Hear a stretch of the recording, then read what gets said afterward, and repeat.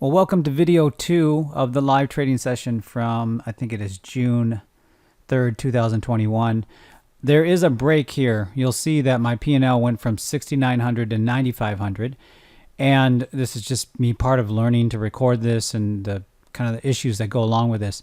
I noticed when my recording goes over an hour, for whatever reason, I use Camtasia to record this stuff.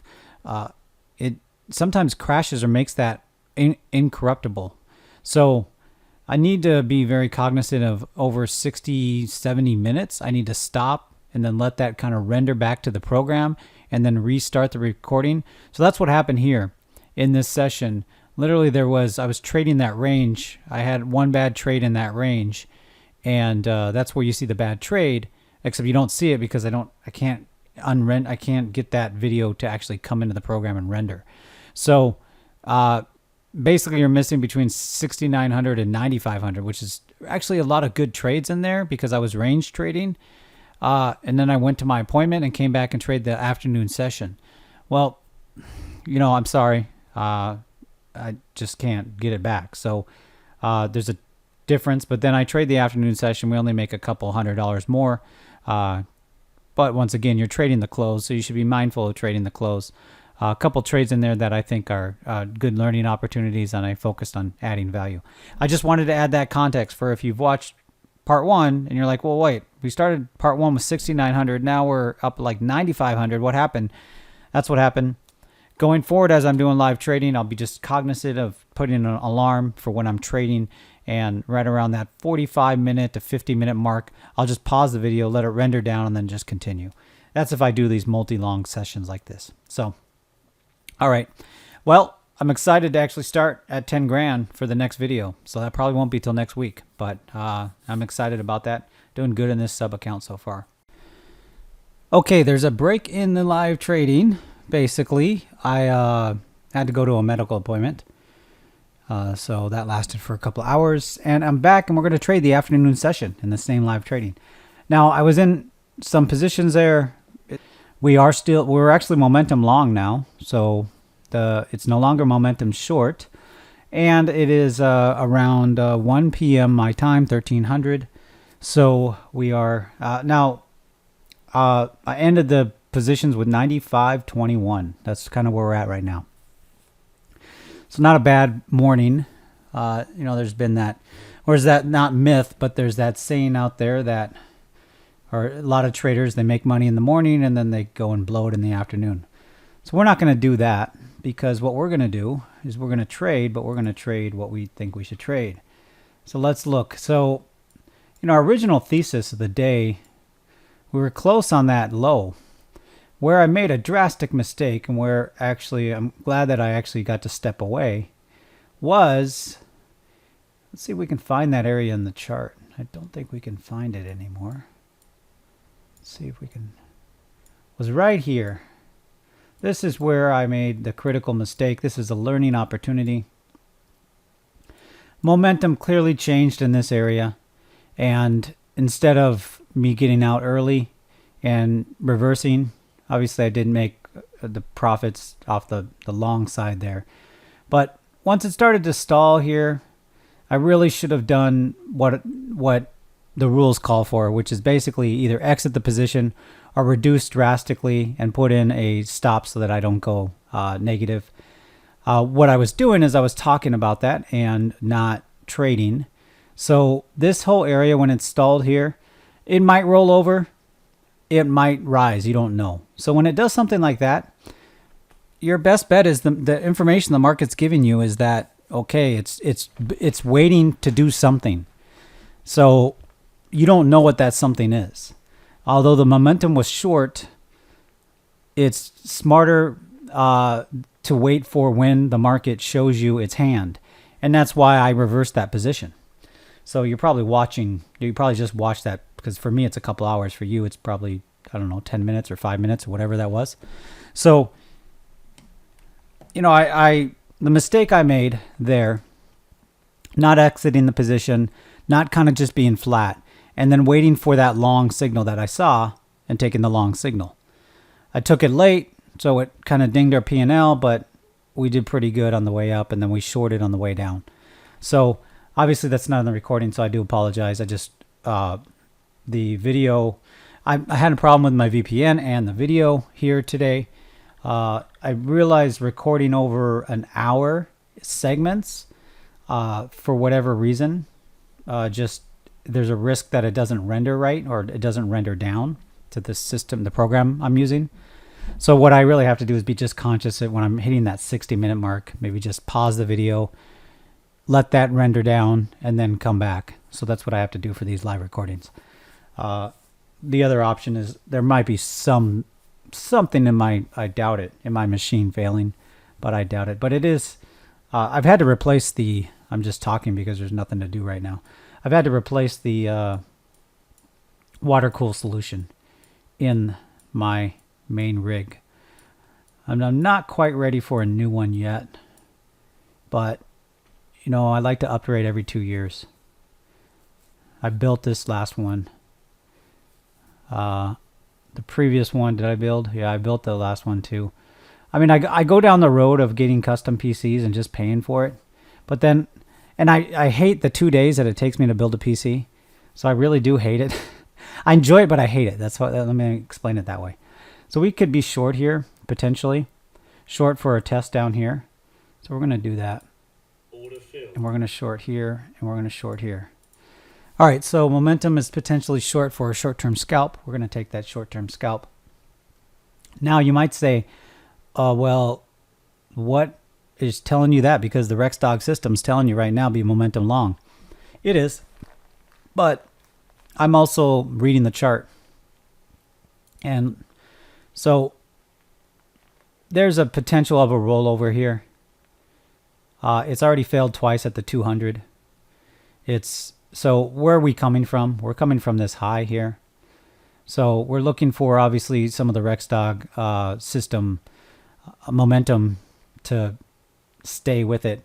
And if we look at the actual Rexdog, I need to just get used to calling this because this is a new indicator. The market bias, we're at where you would expect a pullback. So when it's at a high, at a key level, it comes back and it pulls back into some other key level, and then it finds support. But you notice this is kind of in a changeover. Now that's what you would expect in a range type of trade area here that you see here. But let's see. Let's see if we can reduce our P&L this afternoon. All right. Let's see what else is going on.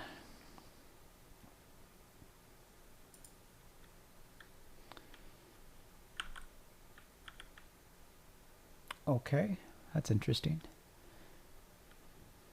The big tech is playing around with its daily VWAP. You know, this might be helpful for you. So let me just do this. So, we need to put in protective stops. Let's put in protective stop there and a protective stop there. All right. Let's go here. So we've got our conglomerate signal up here in the upper left. What are we seeing? Well, we are seeing that big tech sold off, went above the VWAP, sold off, went above the VWAP, came back, tested the RDA, VWAP, RDA, failure. So it's failing at the RDA. Momentum is still short on big tech. Now it's probably looking to push above the VWAP here, and then a good sell fade, not even fade, momentum trade would be here. If you were trading this symbol, this isn't a symbol, it's a conglomerate symbol of the big tech. If we look at the VIX and we go here and we auto, VIX is exactly what you would expect on a day that we see today. Nothing really out of the ordinary, no divergence there.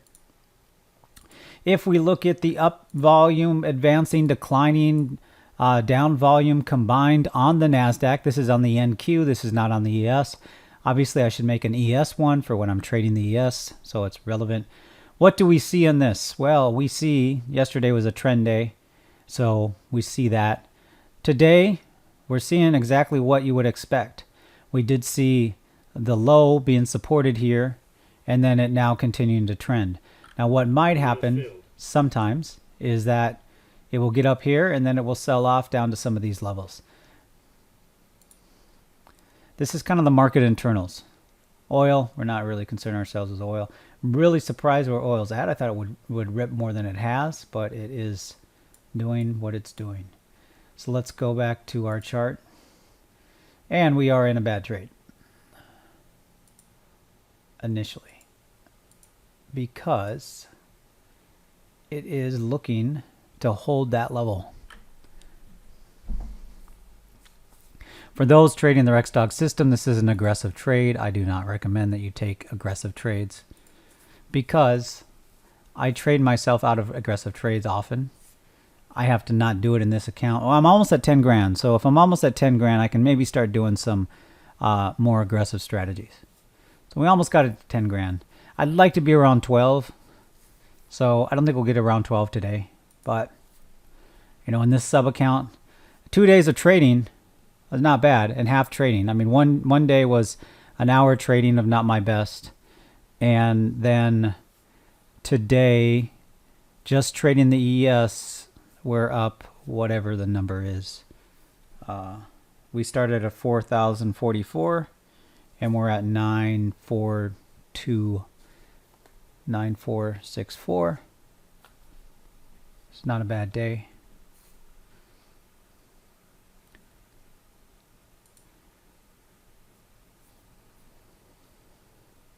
Could look around the market. Bitcoin is maintaining its upward momentum. Coming up to a key level. Right around 40,599. That key level for Bitcoin.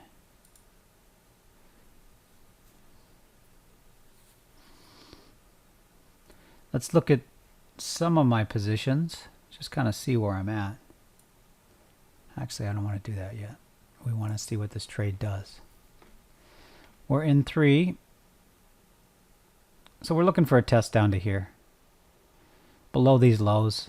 Then get supported.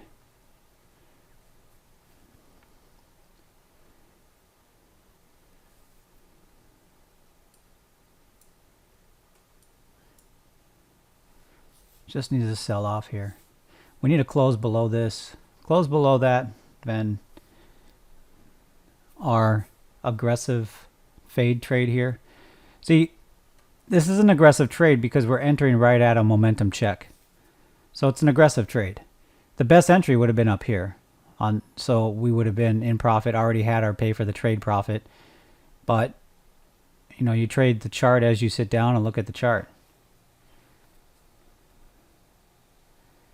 And I want to take a little bit.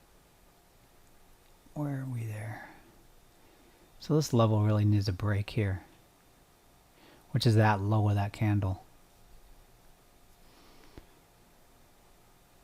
I'm not letting this go to a loss. So I'd prefer to just get out at damn near break even.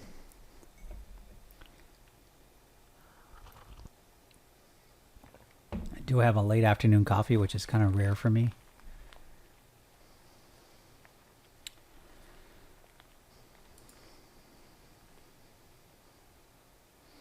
Look at that. Now this is a good learning opportunity for members. So in one of the previous videos. Stop filled. Yeah, okay. We're in a range where there's no trading, so I can do some of this. So in one of the previous videos, on the training videos in the members area, you remember I just kind of randomly selected a symbol from one of the biggest movers of the day. It was the biggest losers for that day. And what did I say in that video? I said, well, you know, it found support at a key area, and the previous day will give you more information on whether or not this candle here, it's a pay attention candle, it's a breakdown candle, but it will give you additional information on whether or not that momentum will continue or what to do next. Because at the close of this candle, you really don't know what to do next. And what are we seeing here? We're seeing on a time frame here where it's definitely held the low.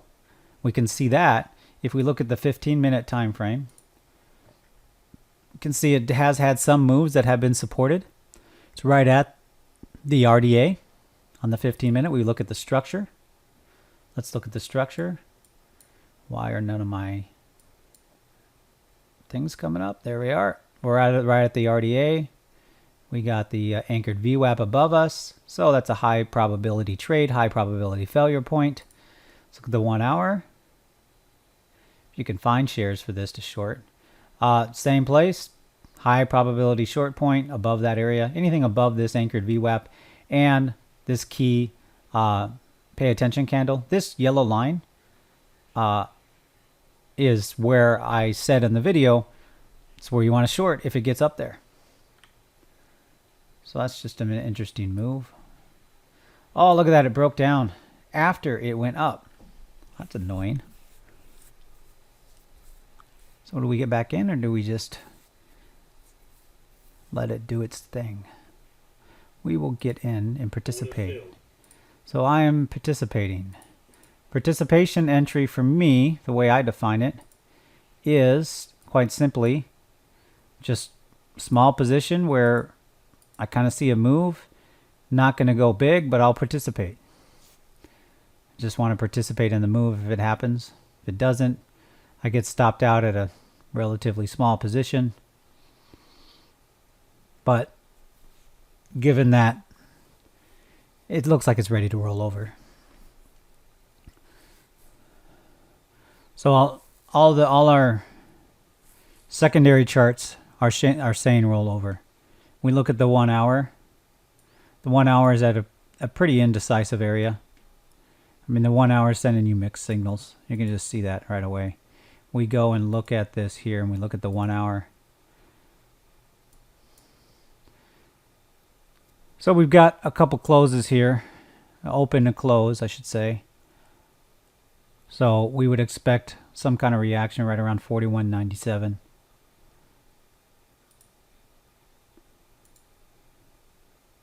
Which is right here, which is right a lower band of the RDA. So it's a lower RDA band. So that aligns with what we see in the close as well. So we shouldn't expect much past 41.97. That's probably a good place to go long for an end of day run. We're right there on the chart here, but it has to overshoot here. So we'll put a buy here and a buy here and a buy here. And we are obviously in our participation trade at about break even, but I want another entry right here for this move down here. Especially if this candle closes below the momentum. If it closes below the momentum indicator, then we know what's going on.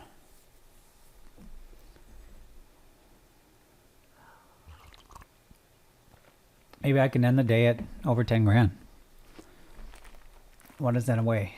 5 for some roughly $460. It's probably doable. I don't really put targets like that. I just make good trades, focus on making good trades, except when I make bad trades. My journal today is not going to be nice to me. I do journal. So again, it's daily improvement. I did go off on the group Monday. Someone gave me an excuse. I did not like the excuse. Given everything that I'm going through. I mean, like I said in there, I was in the ER last week for 7 hours. Trouble breathing, various other stuff, and still pumped out 5 or 6 videos, traded, did other stuff, met with a kind of an under the radar firm here. Just, so, anybody, and everybody has their own challenges, but, my expectation is if you're in my group, you want to be an elite trader. That's my expectation. So,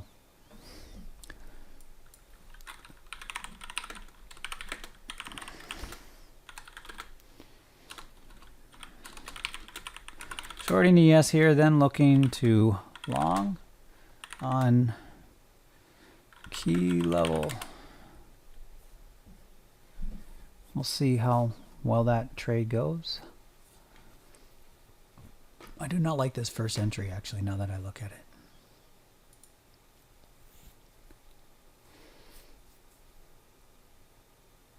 let's see if we can sell off here. Just need to rip down a little bit, wake up the market a bit.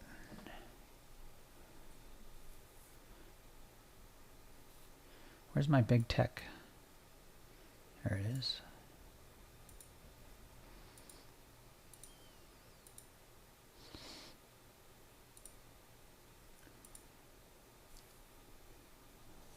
Yeah, see, it was good to move that actual entry because it's selling off here.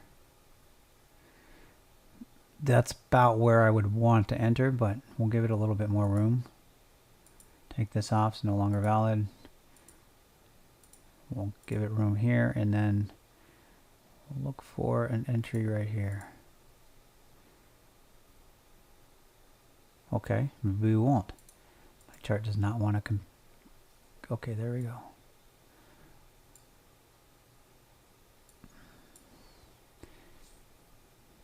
Yeah, this is where you're more saying, well, I do wish this wasn't a pay attention or a participation trade. But it's not committing. Now if we look at there's the big tech stuff. I don't want that there. I want it here. And if we look at this here, let's look at the 1 hour. So it's below the levels. So is it going to use the RDA? That's one question, because it's used the RDA a couple times. So it's 41.93. So 41.89 is probably our level. It stopped right there. Well, right around there. So right here is where I'm comfortable going long.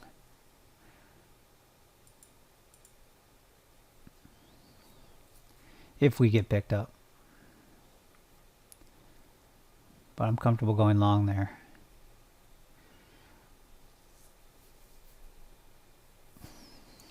What do we have in our favor? Well, it's real simple. Following the Rexdog system. We have the RDA. It's in our favor. We have a couple lows there. What does that make a level? I guarantee if we look at other charts, we're going to see, well, there's a kind of a, there's a pay attention candle right here. We know the pay attention candle rules, so that aligns with where we want to enter on the 15-minute. So you shouldn't be looking at other time frames to support, but like, because a lot of problems traders make is that they will look at other time frames to kind of support them staying in a position instead of just, well, with the Rexdog system, basically you're just following rules and you're just going off the rules. So when we look at the 15-minute, we know this is a pay attention candle. We know the pay attention candle rules. Well, our entry aligns really close with that. When we go to the 30-minute, we see another pay attention candle on the 30-minute. What does that align with? The lower RDA band. Perfect. Okay. Lines with the lower RDA band and the pay attention candle rule for that for 30-minute.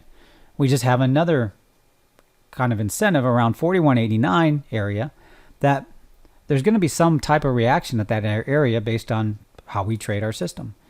We look at the 1 hour. This is a pay attention candle, and it's a little bit below that, but right around 41.89 is kind of the range. So, you know, we're using the information the market is giving us to then trade our rules and in real time.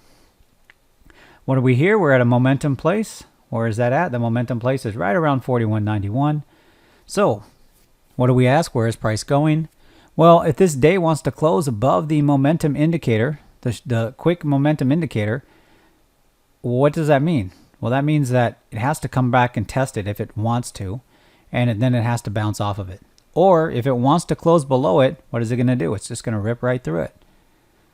So probability on what we've seen most of the day is be long, but get the best trade entry. That's what we're probability trading off of right now. So what needs to happen for this to happen here? It is 119, 1319.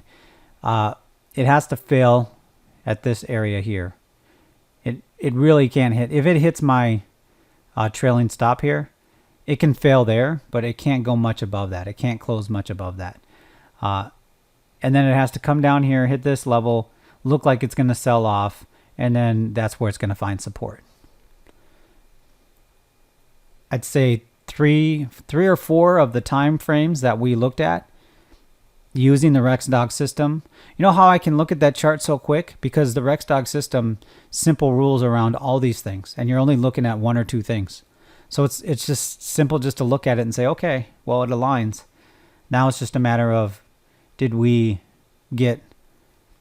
not aggressive enough on the sell-off? Because here we're at, there's a level here. So at this point in time,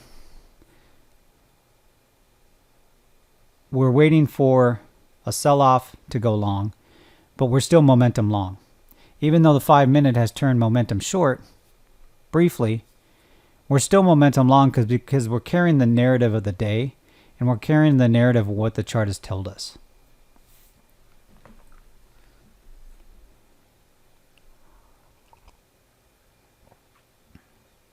I think one of the most difficult things that I am trying to get across to everybody, especially members, people that are trading the RexDog system, is that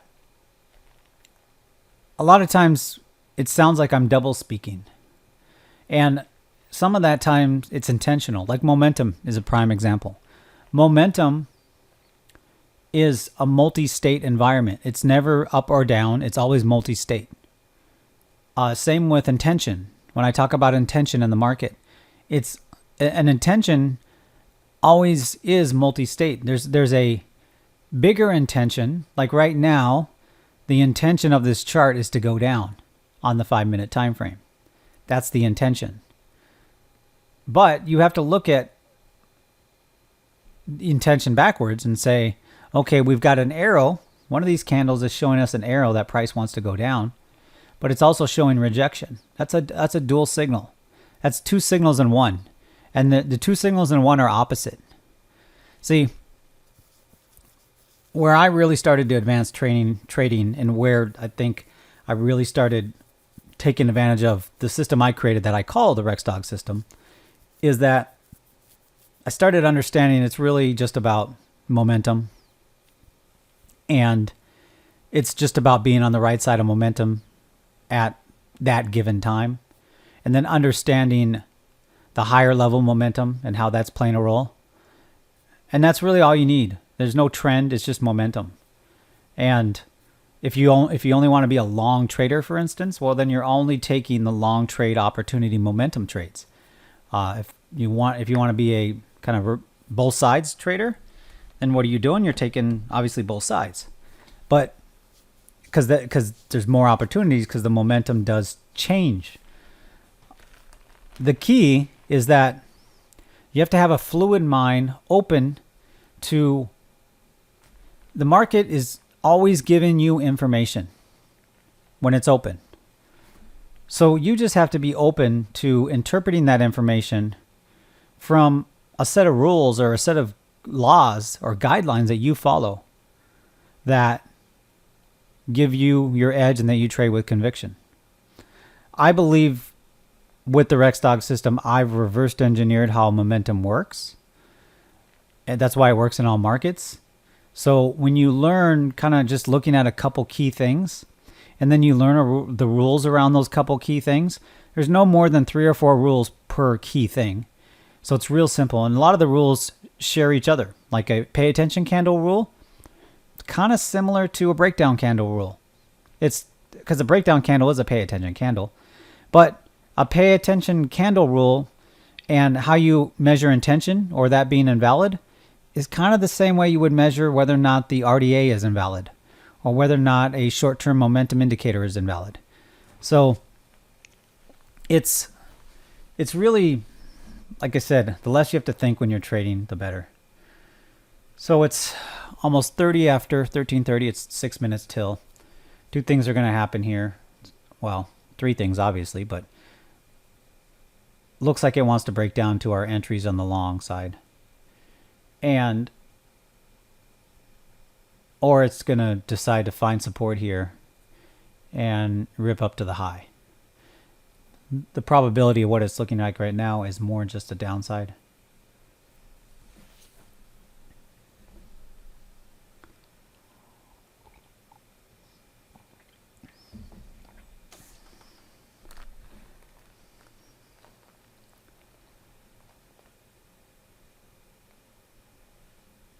I do not like this entry here either. So when uncertainty kind of hits and you have limit orders in, at least for me, I'd like to limit. If I'm in front of the screen, there's no reason for me to have many limit orders out in the market just because I can trade the reaction. Now, what will happen usually on some of these is that you'll get picked up on a spike and then it'll be in profit before you know it. It's obviously a good type of trade to have, but it's also a risk if you have more than one or two or whatever your position size that you're trading at. I don't know why this isn't a trailing stop.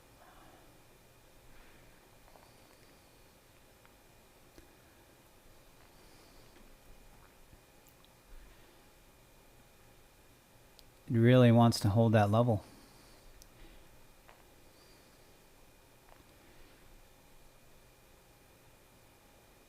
Which, we look at the chart.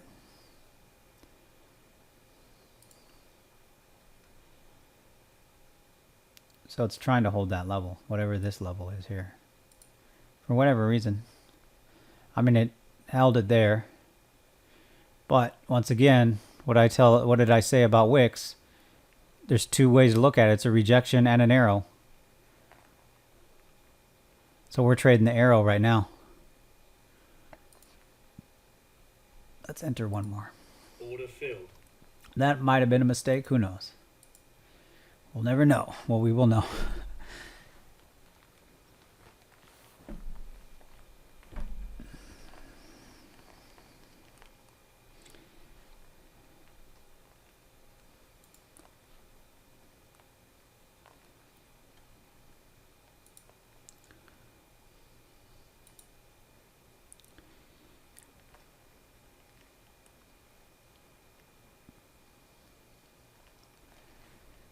I know this is pretty boring without me talking,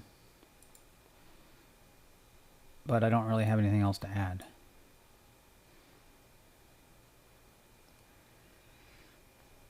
I probably should just put those right at the entry, right above the entry, right here, or right below the entry. Stop filled. Yeah. All right, I'm gonna enter 2 there. And 1 here. Okay. My thesis still is holding as far as a sell-off. I just think we were a little early there. So I'm going to keep this one position and see if we get we get picked up on a kind of overextension there. Once again, it's afternoon session, and right around the 15 hours when I start seeing. So I went back years ago when I really analyzed markets. I found, and I know some people say it's, an hour from now. I find that some of the best moves start at 13:15 in the futures market. That's my time. And I've just found that that's the beginning, the early signs of moves. So I'm always watching around that 13:15. Now sometimes it comes up obviously in the what would be the 3 o'clock hour in the market, but I noticed at the beginning of those moves a lot of times was around that 15-minute mark. So I look for participation trades and very obvious momentum trades that are around this area, because sometimes it just rips one direction or another when it decides it wants to go that direction. The issue is you should just not size yourself too big, because this can also behave like the open at times, sometimes.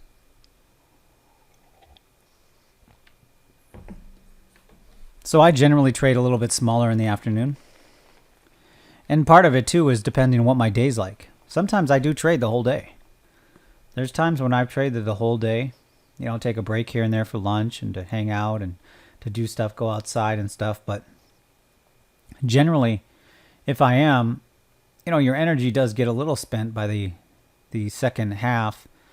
So you do want to protect yourself by not trading at size that you're going to get in trouble with. I would like to get picked up on these 3 positions above. So we'll be at 4. So I'm okay with getting picked up here based on what I'm seeing. Our thesis is still holding that there's a lower test in the cards because the momentum on the 5-minute has changed. Don't argue with the chart. Say that many times. Don't argue with the chart. Bitcoin selling off on the 5-minute as well. Trying to hold a key level on the 1 hour. But 1 hour is momentum long, so don't argue with that chart. The daily failed at a key level. It is 28% short, which, you look at a pullback, it's probably a good time to fade that short on a pullback. Oh, I was going to look at this, wasn't I? Yeah, I don't really want to now, though. It doesn't really matter.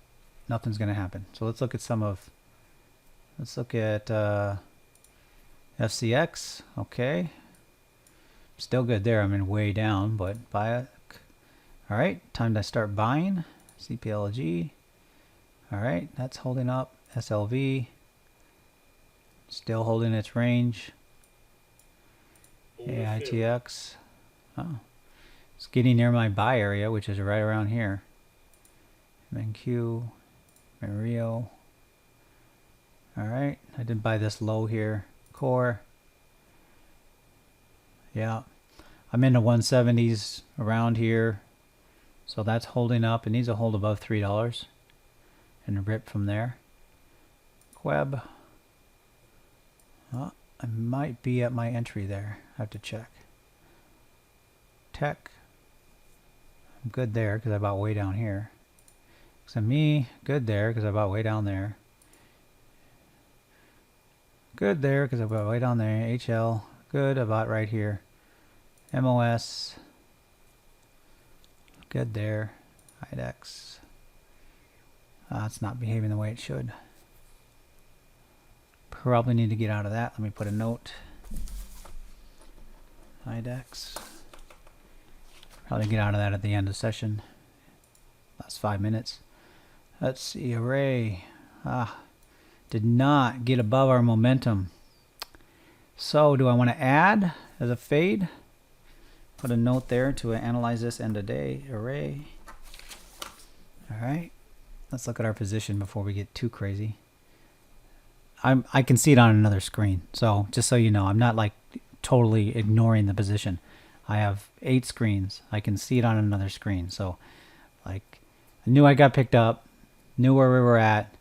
There was only one additional position and I can see it on another screen. So it's not like I was ignoring and just letting it kind of free float and be out there in the ether. Array, INSG. Well, there we go. That did what we wanted. We probably got taken out on some of our limit pay for the trade.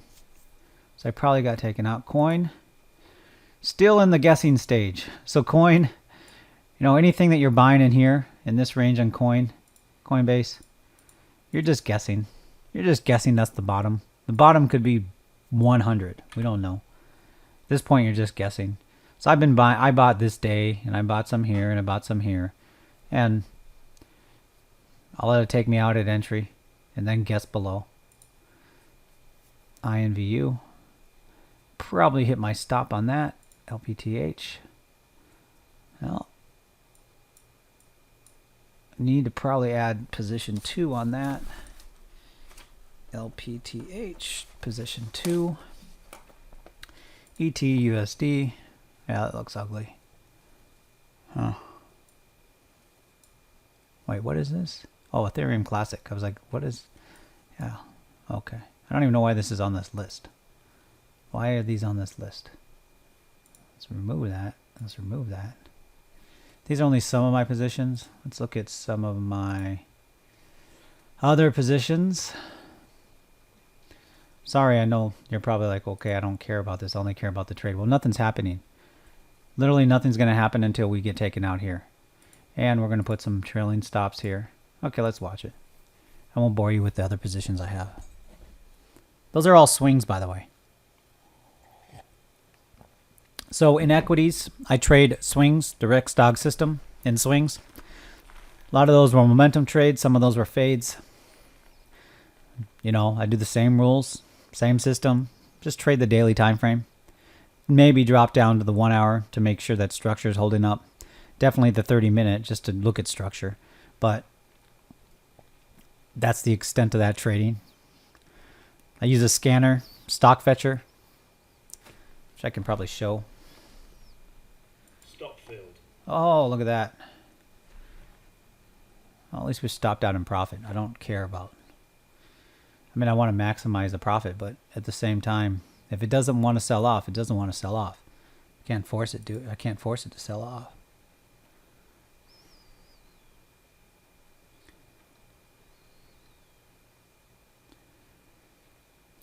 I also do some options trades. So let me show you one of my. What's one of mine?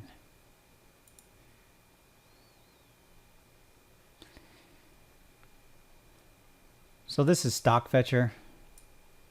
So I use stock fetcher to kind of go through, and then you run it. And then what's cool about stock fetcher, I mean, sure that I know other platforms do this, is that you can go back and you can kind of see, well, based on this kind of filter that I built, that I've coded, I can go back and see how does it perform. So like this one here, ZERS, it's up 20% from the signal that we got.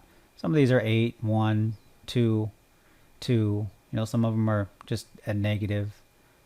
But what's really cool on this too is that you can just go back. I can keep going back. And, you know, you can see. Now I use this, I scan, and then what I do is there's a particular Rex Dog pattern that I use. And that tells me which one of these. So I don't have the Rex. What I find is if I code in the Rex Dog pattern into this script, it won't give me all of the ones that actually fit, kind of like are on the bubble. And I didn't want to code it to the point where it like was at the bubble. I just wanted to, I'm fine with just getting, like, as you can see, maybe there's 14 results. Sometimes there's 40. I can go through these charts real quick and I can tell you right now which ones are interesting just by looking at them, or which ones are beyond that bubble that go on a list that then get further analyzed for another half a minute on a trading view chart, and then either make the cut for the next day or don't. It's real simple. So thought I'd show you that. It's still short. It's, you know, it's we got taken out. We're at 96.58 for P&L if you want to be tracking. Oh, look at that. See, we shouldn't have got taken out. So do we want to chase that? Sure, let's chase it. There we go. Chase it and get picked up on a pullback.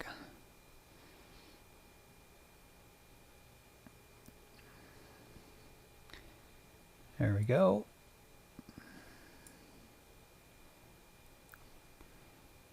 It showed its hand earlier. We just weren't patient enough. I say we. I wasn't patient enough. But my stop's too close.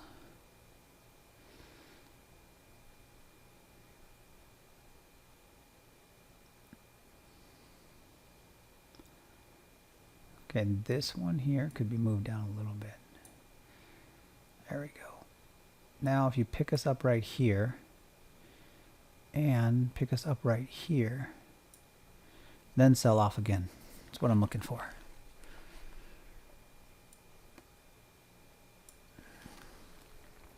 The other thing that I think you have to get over as a trader, I'm at 42 minutes here, is just like for a long time for me it was hard.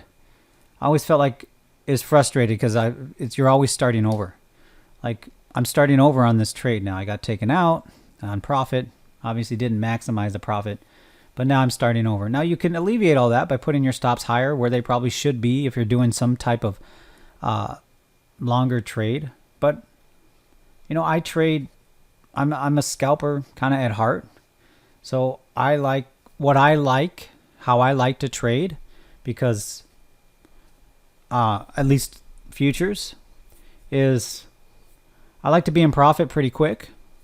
I mean, if I'm early on a position or something, then definitely I will let that go negative and then add to it, but that's part of the plan. But you kind of have to get used to just constantly being wrong and starting over all the time. It's a hard thing for a lot of people to do. I've done it in my life quite a bit personally, so I think that's maybe part of my personality. But I've taught myself programming languages in a weekend, so it's not a, so maybe there's a makeup of me that allows me to maybe adapt to it a little bit more, but you have to kind of just be able to just not take it personally, not feel like you're a failure, not feel like the market, you probably heard frustration in my voice earlier where I did those bad trades. Now I was frustrated because it wasn't even the losing the money, because as you can see, I mean, with me just trading just one instrument here, I can make decent amount of capital. It was more that I'm not trading to my potential, at that given moment.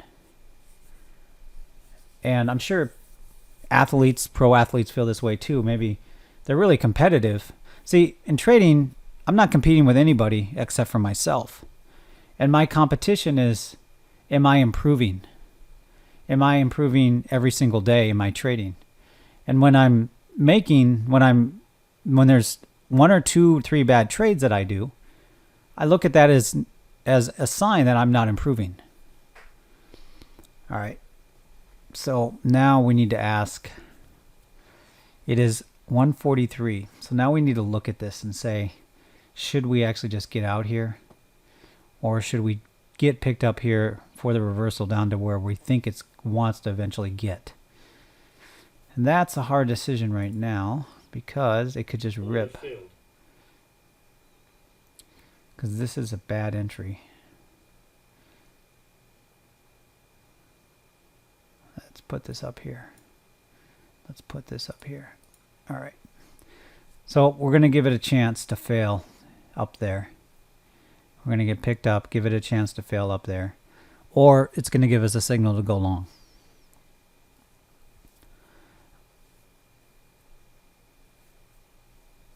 Now, pure price action, if you look at this, pure price action, you're going to look at this and say, well, what happened here? Well, pure price action, you got a low here. That's an obvious low. Any beginning chartist can see this low. But remember, when you see a wick like that, it means 2 things. It's an arrow and it's a rejection. I'm treating it as an arrow. So we're momentum short. This chart is momentum short. We're below the RDA, below everything we need to be below. We do have the lower RDA band here. So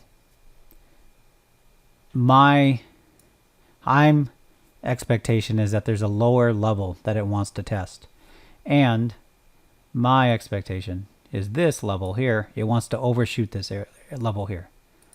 That's the thesis based on all the information I have on the chart. And I'm trading with momentum. So this isn't a fade trade. This is with momentum. So overshoot down to here where we want to be long. Now we're slowly, this is what I call an orderly sell-off. It's very orderly. It's not a rip down. It's not like this. That's a rip up. I mean, so you had a lot of, obviously, I need to pause the video. I have a phone call I need to take. Okay, that was my daughter. She's going to someplace for food. She wanted to see if I wanted anything. So yeah, it was an important call. I gotta take a food call. All right, let's look and see what we're doing here. So, is our thesis holding up so far? Yeah, it is. So I don't remember where I was in talking, but I think I was analyzing that chart. You know, what I realized on my last trading and what I need to do is I need to see, it's hard probably for you to visualize. If you're at this point in the video, then you're probably interested in this, you know, trading, and can you learn something from me? Can you pick up something? Hopefully you've picked up a couple things. Hopefully you've picked up. One of the challenges I realized for me is just to make the RexDog system look as simple as it is once you understand it. Once you kind of, so like I have one thing I did. I'll just share this. I just want to share this aspect because maybe you haven't seen this. Oh, I need to change the domain there. I don't know why that hasn't changed over yet. I need to talk to those guys again too. So what I did when I came back is I said I'm just gonna share my full system because I didn't think it was possible before. Now we are starting to find support here, so we need to really be mindful of what do we want to do here. I'm not going to take a loss in this trade. So I'm literally just going to be stopped out and start over up top if it doesn't get there. So what I did is I spent a day and I just said, could I build a case that if you watched 1 or 2 hours of videos, and that's what and I know that's a lot of videos, but basically what I did is I did 2 hours of videos, multiple markets, multiple time frames, multiple chart types, multiple things, and broke it up into 4 sections and basically evidence. And it was, look, so the first video is basically the system foundation. So you learn the system foundation. So you learn what it is, you learn the system foundation, and you basically learn, okay, here's what you're looking at, here's the key things, the RexDog system, all right? It's a lot of information, but you get it. If you've been trading or looking at charts for even a month, you're going to understand most of this. And then the next part of this is, okay, before we even get into that, I'm going to give you so much evidence that this works in multiple markets, that this works on multiple charts, multiple time frames, and it's going to be just evidence. I'm just going to just go. And that's what I did. So I realized in my live trading, that's a challenge that I have to kind of somehow transfer over to people that are watching, like you, and to not see. The problem is that I created the system and I trade at such a level that it's hard for you to watch my normal trading and think that you can do it.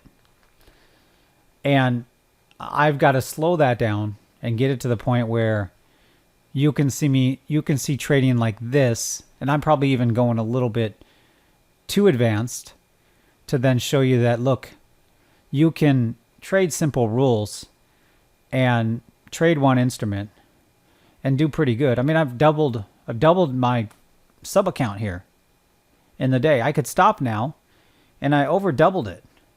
So, I mean, that's pretty good. I mean, see, this is the thing. I don't know because I do interact with other traders and stuff, but I'm in a competition with myself. I'm not in a competition with other traders or anybody else. If I doubled my account today, tomorrow, I want to triple it. I don't know. That's just me. That's how I think. Obviously triple it without, huge risk, but that's just the way that I think. I'm competing with myself. Always trying to incrementally get better. So we're not going to chase this trade. We're going to let this trade come to us. So we're either going to get picked up high here, or we're going to get picked up down low. We're in the middle of a range. We're not going to trade. We're in the afternoon session. We're not going to chase trades. We're just going to let it kind of play out, figure out what it wants to do. This is probably a good place for me to cut the video because it's 53 minutes. So I will cut the video. And probably what I might end up doing is I might end up breaking this up into two, which is morning session and afternoon session. Just that way you don't have to watch a full long video. And I don't have to render down a full long video. Okay, I'm going to pause the video. I'll come back shortly so then I can render this one correctly. Okay, we're back and not much has changed, as you can see. So what are we going to do? We are just going to wait for the trade to come to us. Now we can check some other things here around the market. Let's do that.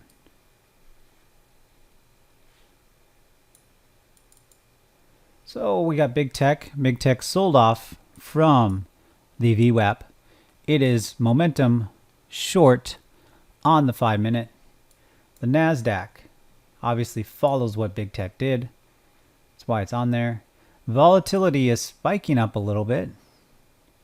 We actually go to the daily on all these. We do see that, wow, okay. The VIX did spike up, but it's looking to maybe close above one of our momentum indicators. So that should probably tell us maybe there's a little bit divergence in what we're seeing on the charts. And our up volume, down volume, the center chart that you see here, is below all of our momentum indicators. That probably should tell us that there is a potential afternoon sell-off in play. Potential. So we are going to do a participation entry. And that's what we're going to do there. Maybe we can make another $50, $100, $200, whatever, off that one trade. But we're not going to chase it any more than that.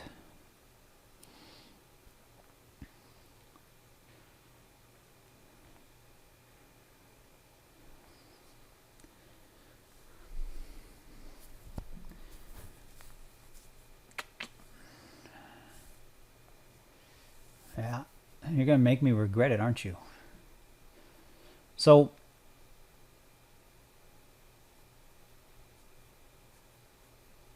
you know, we're right there on that momentum change over there. It can go either way. So chalk that up to a bad entry. And let's go and look at other stuff.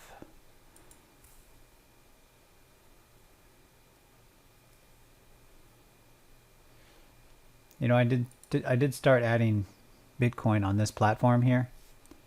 I don't like the way Bitcoin futures are traded on some of these platforms because they're at whole dollar increments. It's kind of annoying. Especially when you trade on some of the crypto platforms, they trade the way it should trade, in my opinion.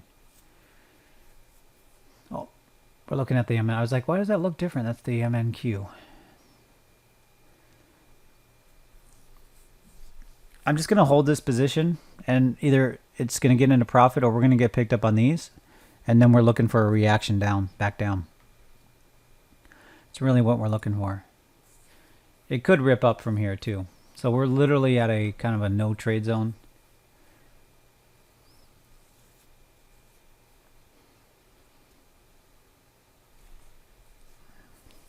Short-term momentum is showing a strong, not strong, relatively okay. Let's put this one down here.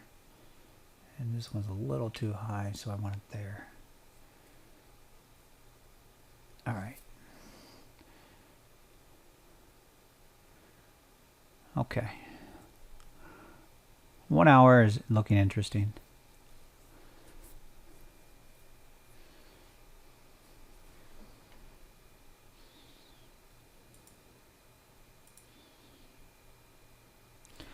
I'm looking for an indicator.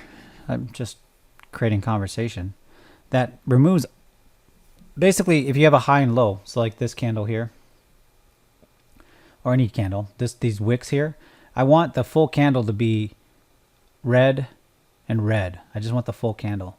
So I don't know if there's an indicator like that. Someone did recommend the multi-time frame, and I think that's a good idea, so I will look at that. MTF candle, multi-time frame candles. Interesting. Well,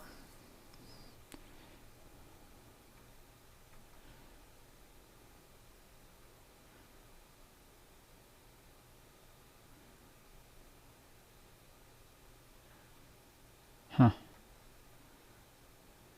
Interesting.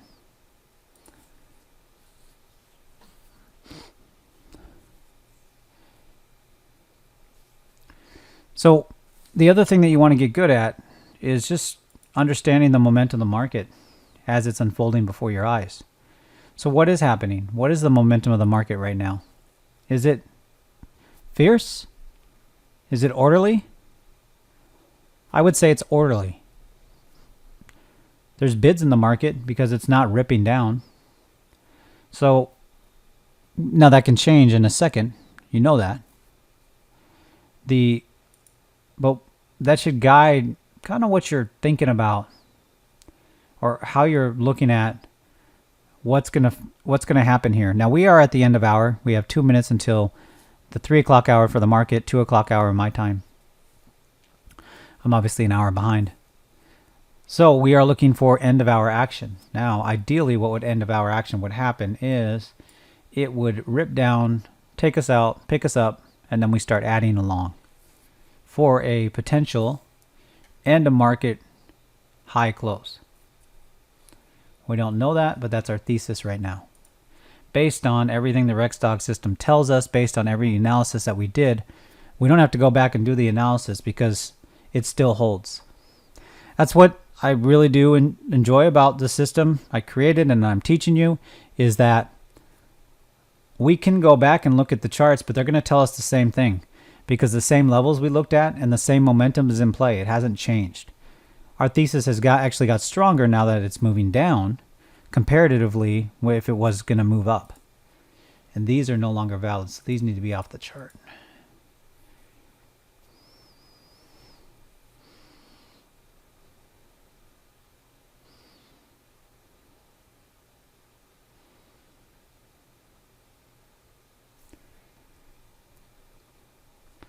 That might be a little bit of aggressive profit taking area. So I will put a trailing stop there.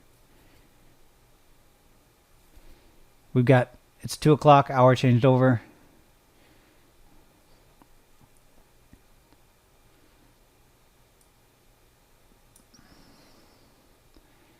I just want to preserve more profit there. Because we're literally at a point where it can decide this is the level it wants to find. This is the level the market finds important. We're literally at that point. Or it could be lower where the market's going to find a lower level important.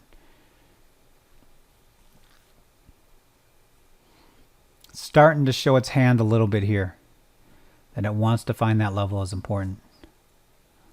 But we are very mindful, are we not, that we are at right on the hour.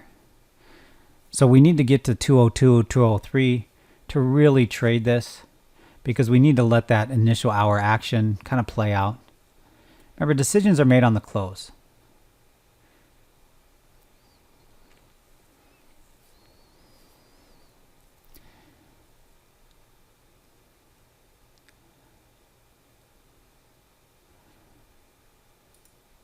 Shorting right here is another opportunity.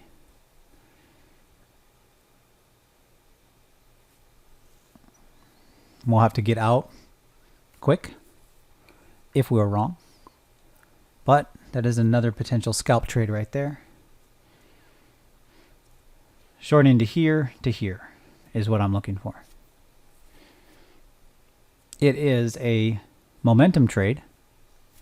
But we could be in a momentum changeover period, so we need to be mindful of that.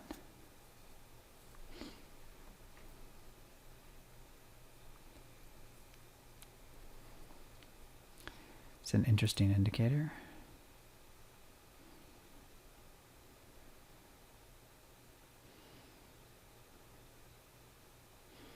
I so far haven't found an indicator that does what I want it to do, so I don't know if it's possible. I could look at some of these scripts that people have and say, can I have my guy modify it in a way? For those that don't know, I do have a programming background, so I can look at some of these things too. Displays multi-time frame candlestick bars offset after price. There we go. We got picked up. All right. Now, I need to just concentrate on this chart. So let's concentrate on the chart. All right. Next entry is here. And then the next entry is here. And then we need to be quick about whether or not we want to reverse this position or stay in it for a failure. This level holding told me that maybe we should have bought that level for being early. We are 3 minutes after the hour. The market's starting to show its hand. So now we just need to make sure that we correctly follow our rules and we do not make dumb trades. For a momentum trade, this is a good entry.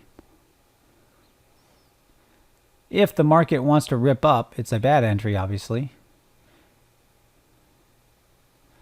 Now, some traders will see this and say, okay, held that level, held this candle, held this low, and are we arguing with the chart?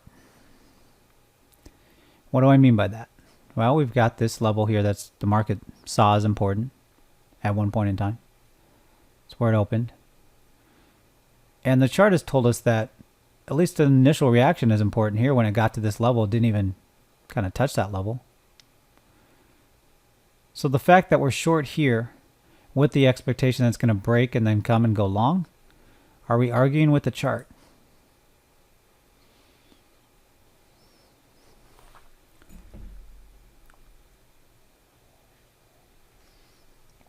Oh, I have to look up food.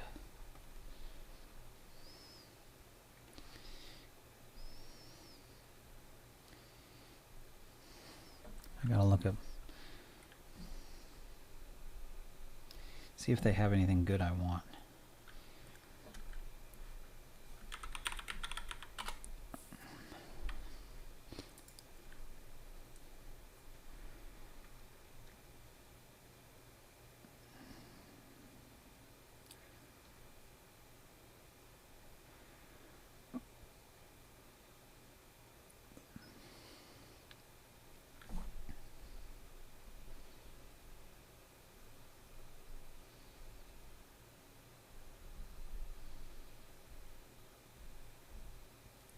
All right, ordered my food. We're all good there.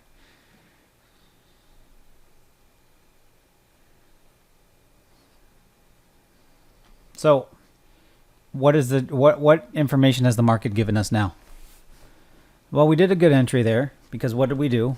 Well, we sold a high, okay? So, we didn't chase the trade. We were in a chase trade before, weren't we? And I think we got taken out. We, as if you're in this car with me, I just can't get out of saying we. So what are we doing now? Well, we're just waiting for the lower test and the overshoot to where the highest probability long is really down here. We'd love to be able to buy down there.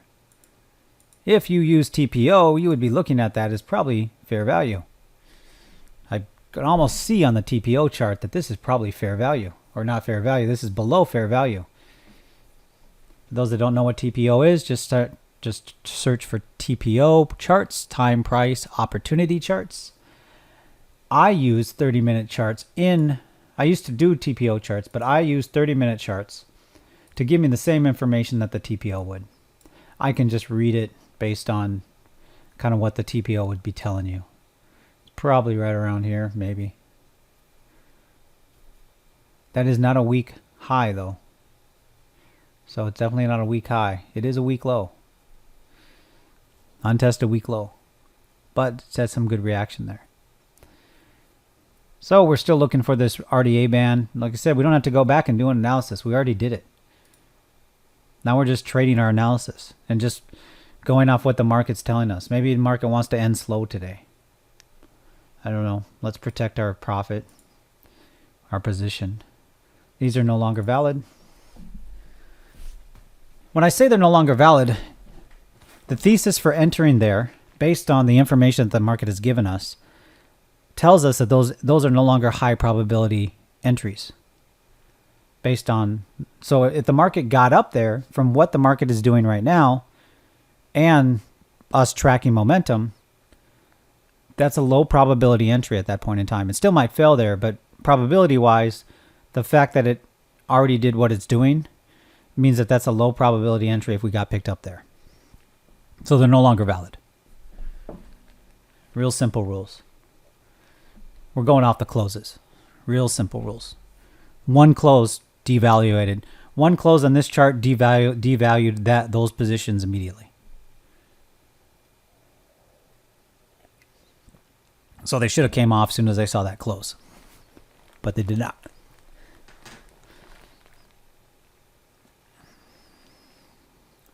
Our analysis is still strong. What do we have? We really just have a rollover period here. You know, if we would have, if I was a more patient trader in the futures market, I might have just stayed in all these positions that I had up here, or I think I had whenever we started. But I'm a scalper, and that's the way I trade. At least futures. Obviously, we went through some of my positions in the equity market. I trade those differently.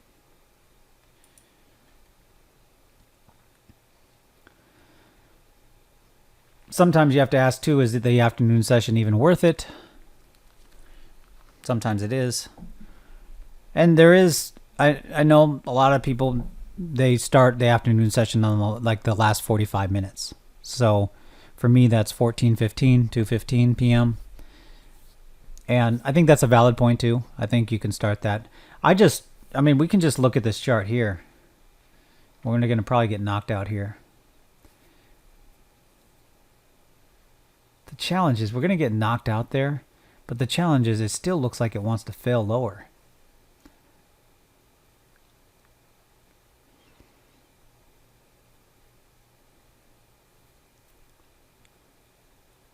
So really, this is an opportunity still. But we're going to go the highs. We're not going to chase it beyond that. Still an opportunity, momentum trade there. But let's just go look at the chart here. And I just want to show. So remember I said that I typically see moves start at that 215 time frame. So that, or that 115 time frame. So this move actually started before that. Obviously it's coming from the highs, just rolled over. But we have a pay attention candle here right at 1315, right there. That is a pay attention candle right here. So that pay attention candle, and that actually is where the momentum kind of shifted. It's kind of where we have a little bit of a move. So if this move continues down here and then does what we're looking for it to kind of do, maybe continue down here and then comes up here, closes maybe even in the middle of the range, or maybe at the low. Still for the day, if it does that, well, that's still a good close for the day.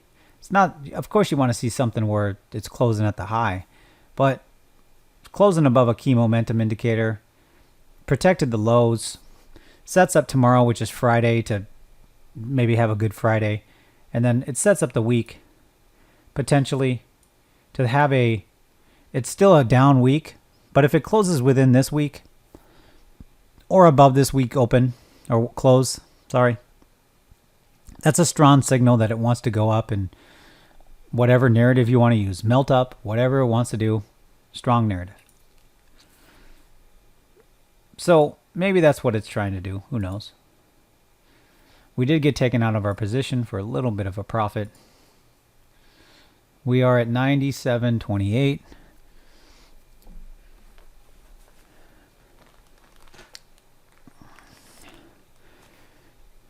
So these two positions above, we get picked up there.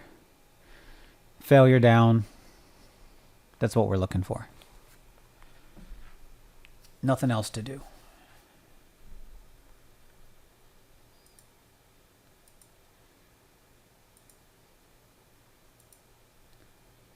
I think we're going to add another import. So, oh, there we go. Okay. So, pick us up. And we'll pick up one more up here. There we go. But we'll spread that out a little bit. Now we got to ask, are we on the wrong side of short-term momentum? That's all we need to ask right now. This is also where you need to then kind of game out the two options. Should we have gone short there or long here at the bottom and caught the bottom and not stayed with the momentum short? And are we in that changeover period where the momentum is going to change over to long? Well, obviously, we're looking to get picked up here on, this is a momentum trade, so we're a momentum short. We are not fading. This is not a fade trade. On this time frame, we are a momentum short. So we are trading with momentum. Now, obviously, there's a pullback. This pullback you're seeing is what I call momentum check-in. What it's doing is it's the way I explain it, because we will never know what's really happening and all the actors in the market. You can explain supply and demand zones, and I used to talk that way. What I realized is that, you know what, throw all that fancy language out the window, because I don't really know, is it a supply and demand zone? Is some hedge fund buying? I don't know any of that. All I know is I've reversed engineered momentum, and the way I explain it that makes the most sense, the market right now is going back and saying, I'm momentum short. Do I want to remain momentum short? Now, there's a couple key things and key places you can look at that are high probability trades where the market will go in and check in to see, do I want to be momentum short still? Those are high point of failures. These are levels. These are candles. These are various things. So where we're entering right now is at one of those areas where it's saying, hey, do I want to remain momentum short? We're going to get an answer here pretty quick of whether or not it wants to remain momentum short and potentially change to momentum long on this time frame. Order filled. But you got to let the chart play out. So ideally, we're going to get picked up on that third position above. And then it's going to decide. And that aligns with it's 215, 1415. I use both because some people don't know 24-hour time. You should. I think, I know I'm in the US. It's easier. If I say 9 o'clock, if I say 9, it's 9 a.m. If I say 2100, it's 9 p.m. So, I don't know. I use it in trading because I think it's valid in trading. Especially in 24-hour markets. Especially crypto. I want to get picked up on that third position, and I want it to fail there because that will then verify that it wants to stay momentum short, and it will probably verify that it wants to go momentum short down to our target down below, and then we can go long for a potential rescue operation in the second half of the closing hour.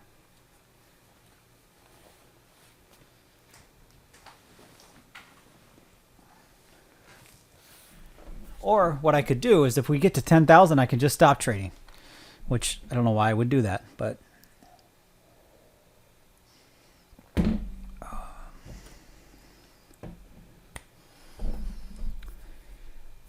all right.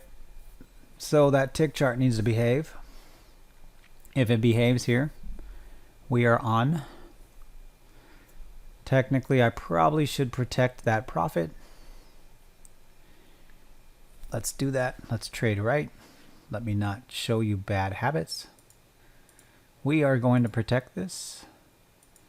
And we are in profit. We do not let profitable trades go negative if we can help it.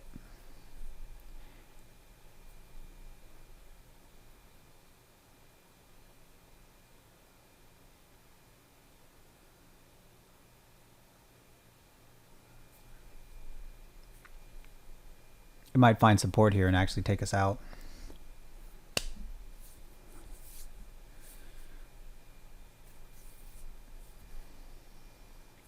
And when I came back, I thought about I do have a lot of vernacular changes that I make in trading. Like specifically, I don't want you to think in trends. I want you to think in momentum.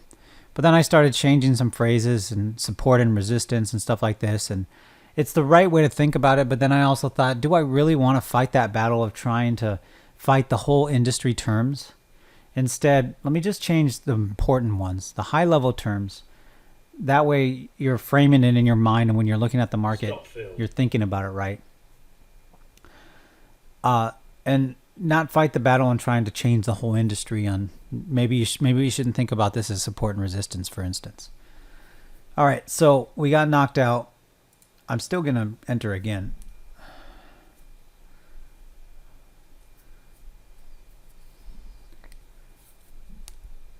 You're saying, well, but it's being stubborn. It's showing you that it wants to go up. No, it's not. Not yet.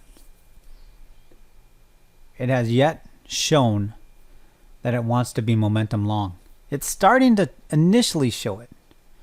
It's starting, so you can read some of this and say, this move here might actually show that. But what we're going to do is we're going to sell these highs. And if we're wrong, we're going to get out pretty quick.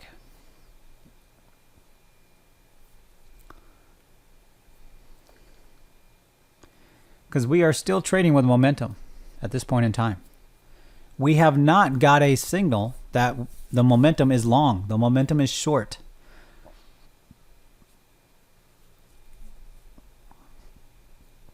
This is why, see, it's hard. Trading is hard. I will not deny it. But I'm not arguing with the chart, and I'm trading my rules. I'm trading the rules. So, you know, that was a little harder to follow in probably my first video that I did of live trading, because I was following the rules, but I was just following them so quick, like you just couldn't see them. Well, we're still momentum short. We have not got any counter signal to be momentum long. So, selling the high.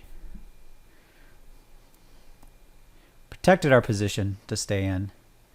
And we're going to take this one down here for an overshoot. And we're going to, now it might just come out and take us out. That's fine. Like I said, a lot of times you need to treat the afternoon like the morning session, like the opening kind of first 15 minutes. It's going to whip around, might get aggressive. You've got a lot of decisions being made, a lot of the algorithm, the hidden hand of the market is making a lot of decisions.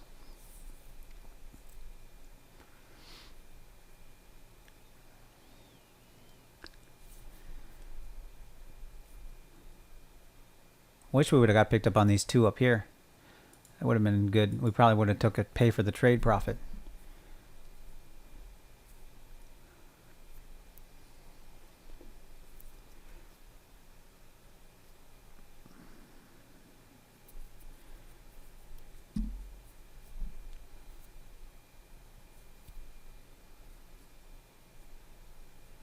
Is it going to take us out again? Yes, it will.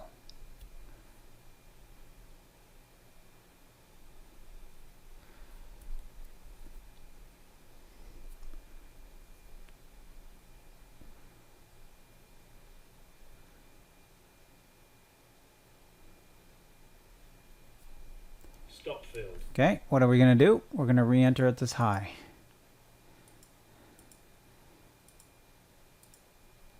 There we go.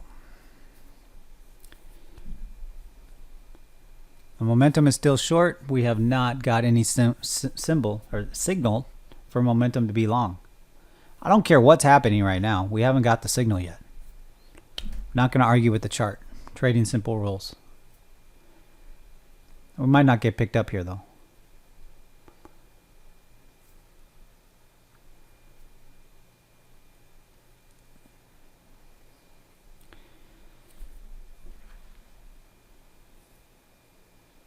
There is a theory I heard from a trader, don't remember who, that said that most of your entries won't get picked up. And I think there's some truth to that, meaning that if a lot of your entries don't get picked up, that means you're probably doing really good at trading high probability entries. But it depends on what type of trader you are. I'm an always in aggressive trader. If the market's moving, I want to be with that move.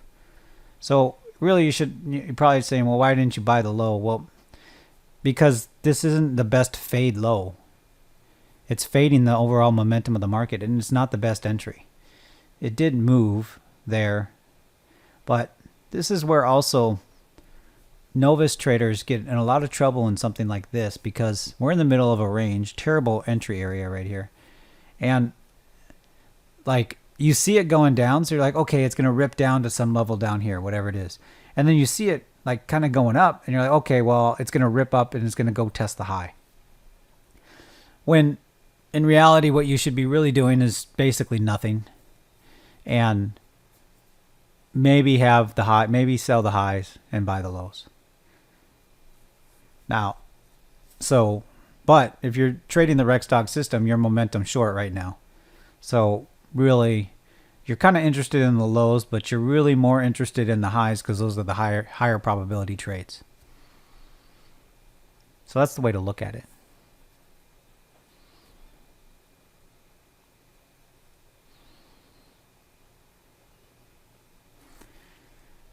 I might have to break this up into 3 sessions.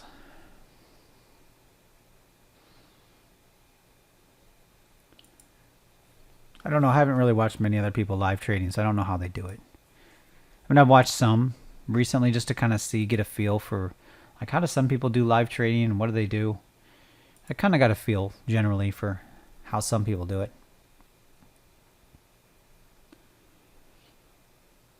What I will say is that most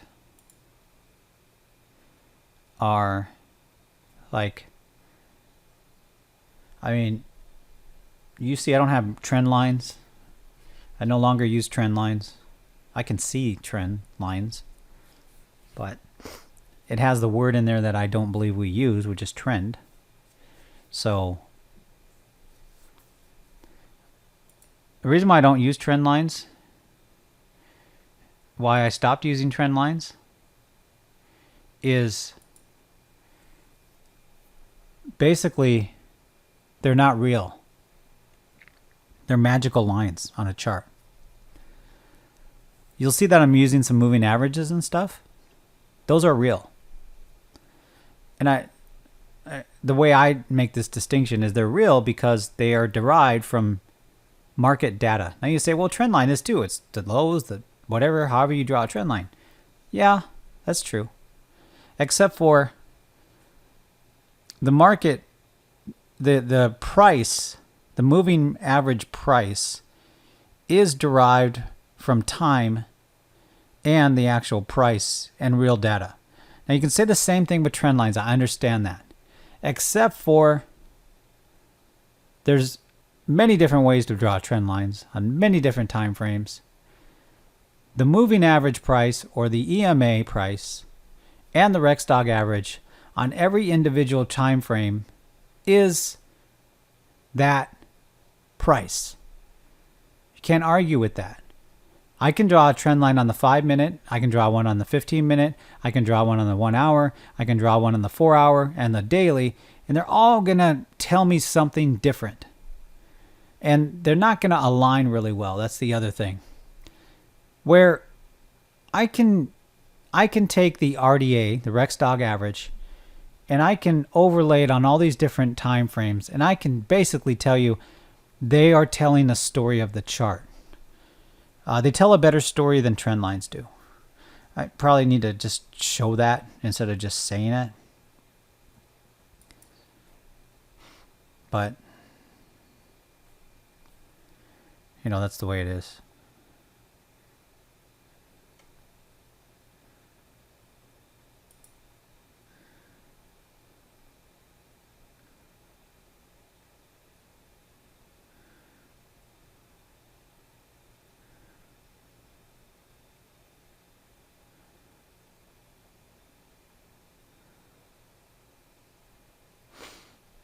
That's pretty sad. All right. This is probably a boring afternoon session because, Well, we're doing what we're supposed to be doing as traders. We're professional waiters. I know it's, for me, it doesn't seem like I'm a professional waiter because I'm like an always in trader, but there's no high probability trade here until the market decides it wants to pick us up. So I'm going to pause the video. I'm not going to let you sit through this. I mean, not let you. And I'll come back when we get picked up or something changes. Okay, so a few minutes later, we got picked up on these upper positions. 2 of them right now. Seeing if we get picked up on the 3rd. And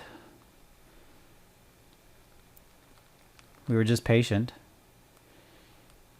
We did get an initial signal here that potentially the momentum might be changing long. Now we also know that this is an initial signal. Initial signals are the time frame that, so you get a intention signal, as we have, and most traders, and me included, are terrible at time and projection. But that intention should be a narrative of the chart. So there's an intention that it wants to maybe go long, momentum long. It's also an overshoot. And that momentum long might be tomorrow. It might not be today. So, but it was an initial intention move. We're going to protect these 2 positions because we don't know what it really wants to do.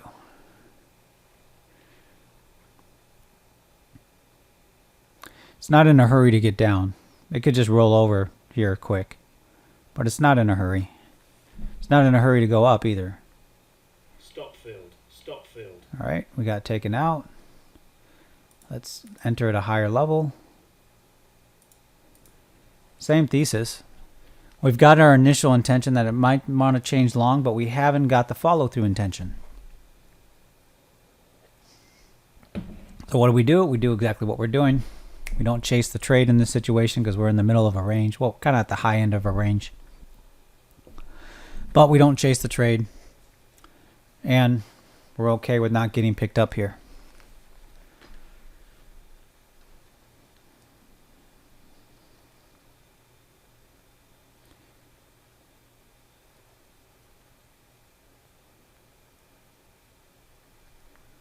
So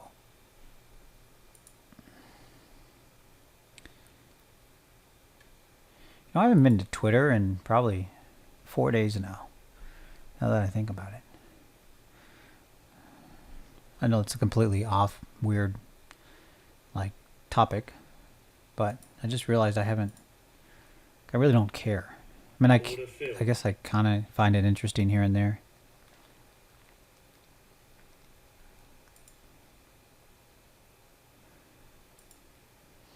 All right, we got picked up on 1. Now we might start wanting to think about potentially, is our short thesis wrong? We are at the RDA. So is our short thesis wrong? Does the end of day, we are 33 minutes after the hour, so we got 27 minutes left in the session. Does it want to close on the highs, or does it want to sell off? We don't know yet.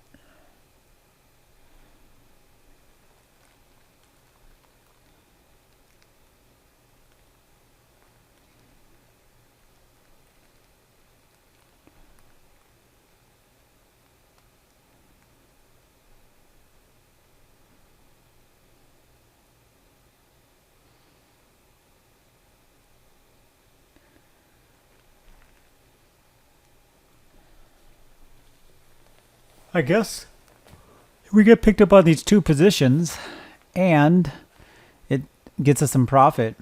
I can put in the title of the video. What did I start at? I don't know. 4044 to 10K.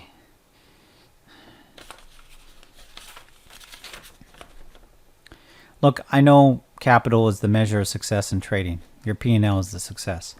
There's just some things on YouTube trading that I don't know, I just find annoying. There's one trader in particular that I just cannot stand. I usually try not to talk bad about. I mean, I don't. I'm more positive. But there's just one trader on YouTube that I just cannot. I'm not going to mention who it is. And they show up on my feed even though I blocked it, and it's just really weird. So maybe I'm that to other people. I probably am. I'm sure there's people that have watched my videos and said that this guy's annoying.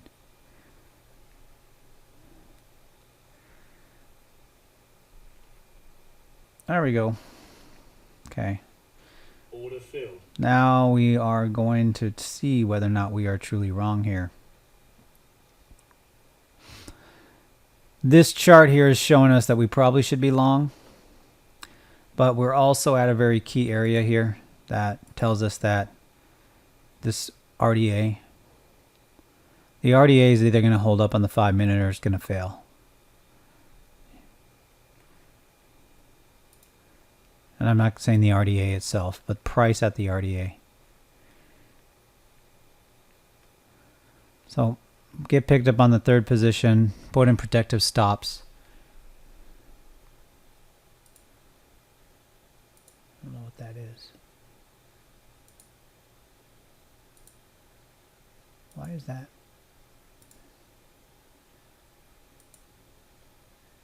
I don't know why that got switched over.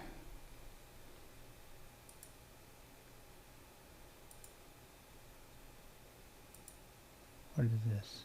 Oh. Okay.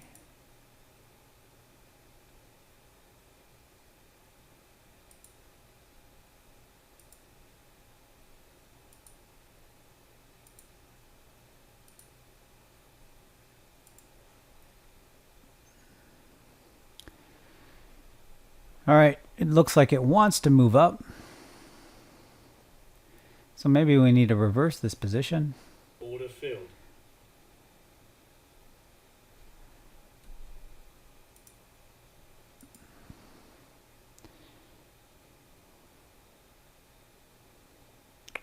Not there yet. We do have some initial signals, but we're not there yet. We need to give it literally the end of this next 5-minute candle.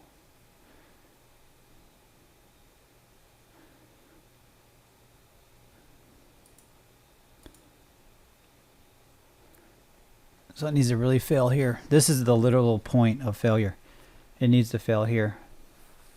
Or we need to reverse.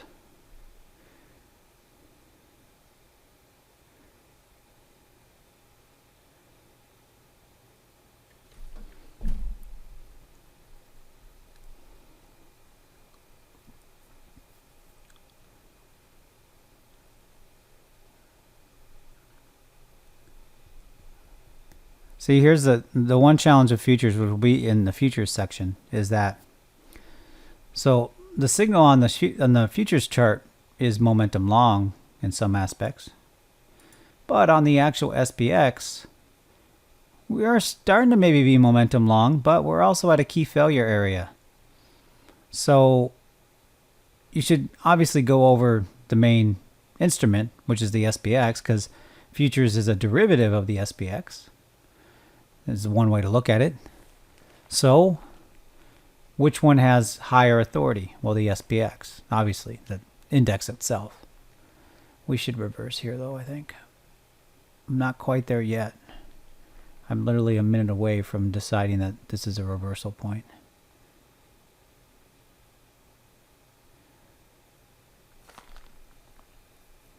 The challenge where we're at right now is we're at the literal best entry for the failure right here.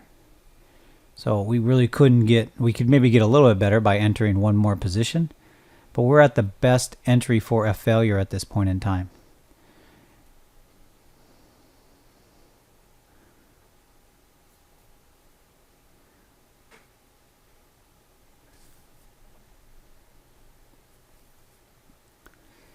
And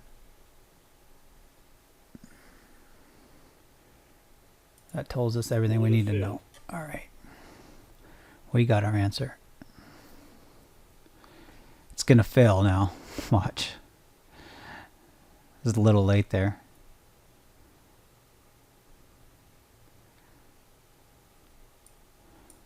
I guess we should have took the signal that a changeover happened. But it's fine.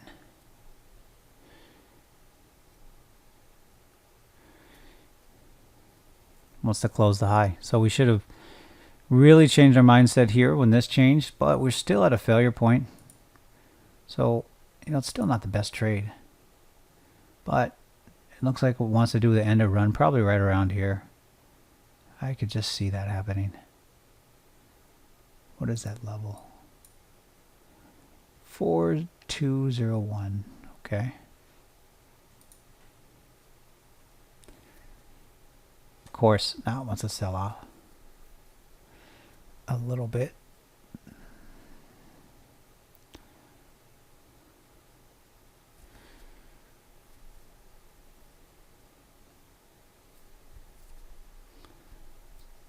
This is how traders do destroy their account in the afternoon, is they trade the close. We're not really aggressively trading it. I mean, we could get hurt here, obviously, if it sells off from here. But we're not really aggressively trading it.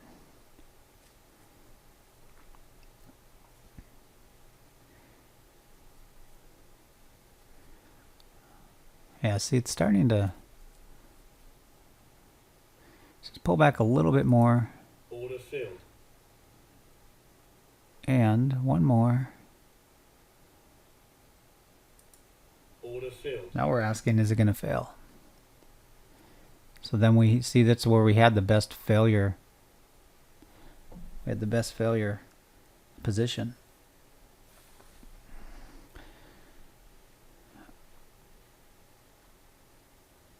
Yeah. Okay, you're going to make me reverse now.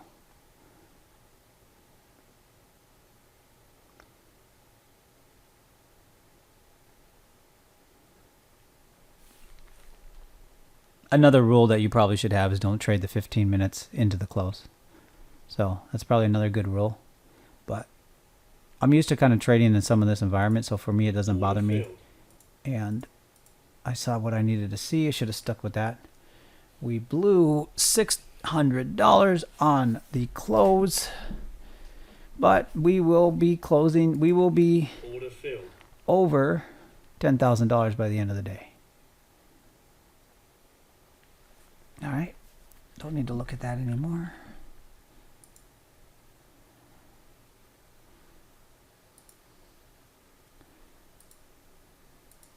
Order filled. Yeah.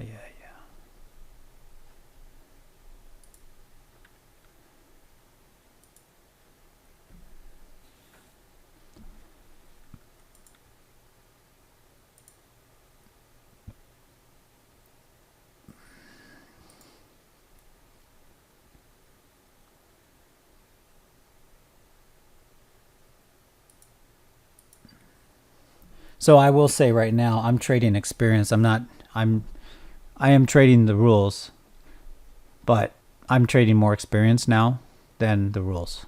So I will just share that. So the rules say that I really shouldn't be trading here because, well, number one, if you don't have experience, don't trade in high volatility times. 15 minutes into the close, a half hour into the close is a high volatility potential time. Things can rip one way or another. So don't trade the first 5 minutes, maybe the first 10 minutes or 15 minutes of the market open. Don't trade 10 minutes before the market opens. And don't trade in the closing unless you have experience. I mean, you'll see trade opportunities, but we should have stayed in that short. We were right. But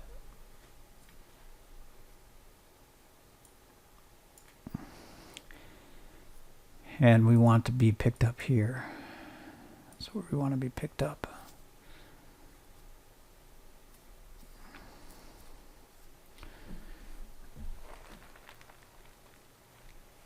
when I added those two on the long, I should have just reversed right there. Because that's what I was thinking about doing. But I was like, well, you know, it's hitting a momentum area. It might just rip from here.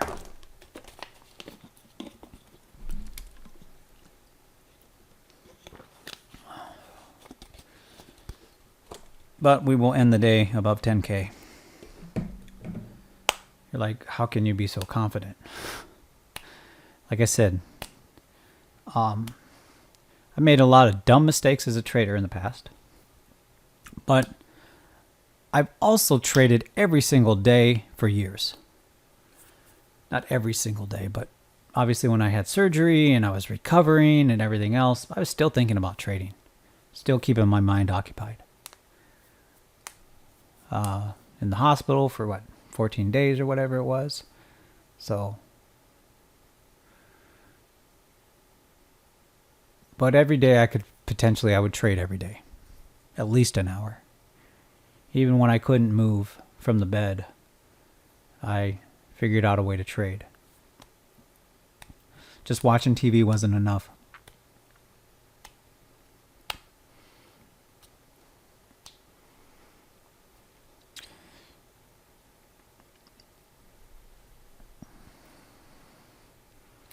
We are going to take some off here, even though it's probably going to continue. You do not go broke taking profit. Order filled. We were briefly above 10K there.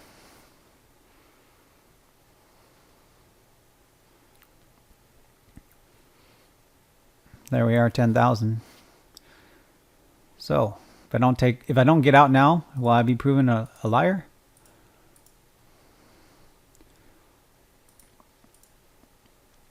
Three. There we go. Come on, hit this level. It wants to hit this level or this level down here.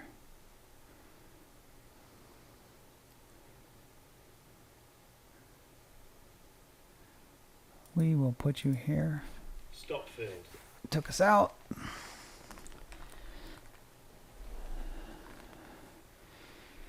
So we're at a high probability stop area, or at least we're a high probability area where you expect some reaction, and that's what we're getting.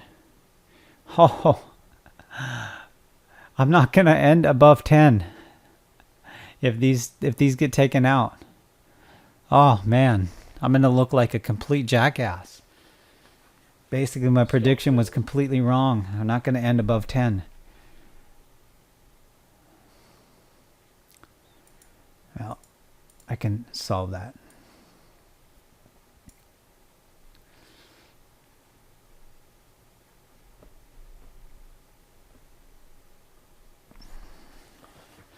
I am trying, like I said, I'm being a little tongue-in-cheek with everything, just trying to have a little bit of fun with this stuff. I mean, I can't, you know, I'm serious about this trading, so there's no, like, you need to take it seriously, you need to trade seriously until you get to a level where it's calm like I am here. I mean, there's no, yeah, I lost $600 on that one trade or whatever it was, but, you know, we went in the right direction eventually when we read the chart, what it was telling us, and you know, we maintained, and we're back up. But you know, you just need to, I mean, that's kind of my personality anyways, is just to kind of roll with it. Come on, we're almost there, almost 10K. All right, now I can get out and I can officially not be a non-procrastinator or whatever. I can be someone that can predict the future. It does not want to sell off anymore. 2:49. So we got 10 minutes in the session. So is it going to rip down, or is it going to find this and say, hey, this is an actually good place for us to rip up?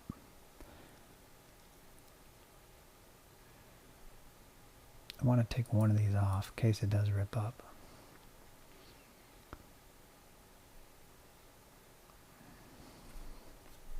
I do not suggest anybody trade into the close.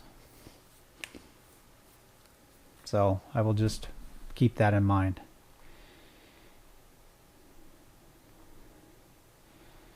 We have the 5-minute close coming here. Some will look at that candle in the way that I just looked at it and say it will rise. So I reversed the position, and what do we see that happened? I reversed it at the right time, and what do we see? I'm reversed it at the right time, and we're trading on the long side now. That was a quick move if you didn't catch that. What did I see there? Pretty simple. I saw that a scalper is going to see that close as that low holding. I should probably get out, but I still think a scalper will see that. The market will see that. The hidden hand of the market, whatever, the algorithm will see that as that low holding, and we need to close higher. Could be wrong here though. Probably should have got out of this position. We'll see. Order filled. Once again, do not trade into the close. Do not trade 10 minutes into the close unless you have experience. So, do not do what I'm doing. New traders, do not trade into the close. I'm going to say that again. Do not trade into the close. This is the no trade zone. In fact, you should probably be enjoying the weather because I can see it's nice out there. So, if you're in a place where the weather is nice, like I am, you should probably be outside and not trading into the close. But we are trading in the close because we want to close above $10,000 for the day, which we might have screwed up. Let's go. Just one more.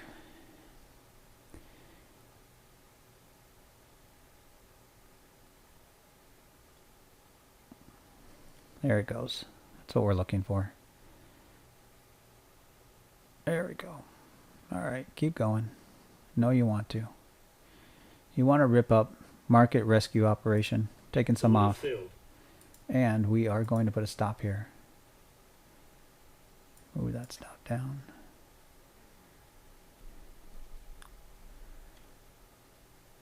Stop filled. All right, I can stop. We closed the day above 10 grand. 10,047. All right. I am a predictor of the market, at least my P&L for the day in this sub account. So we will continue on this sub account on another day. We should be stop trading, even though probably there's a sell-off opportunity here now. It looks more higher potential that it's going to rip down through the close than it's going to rip up.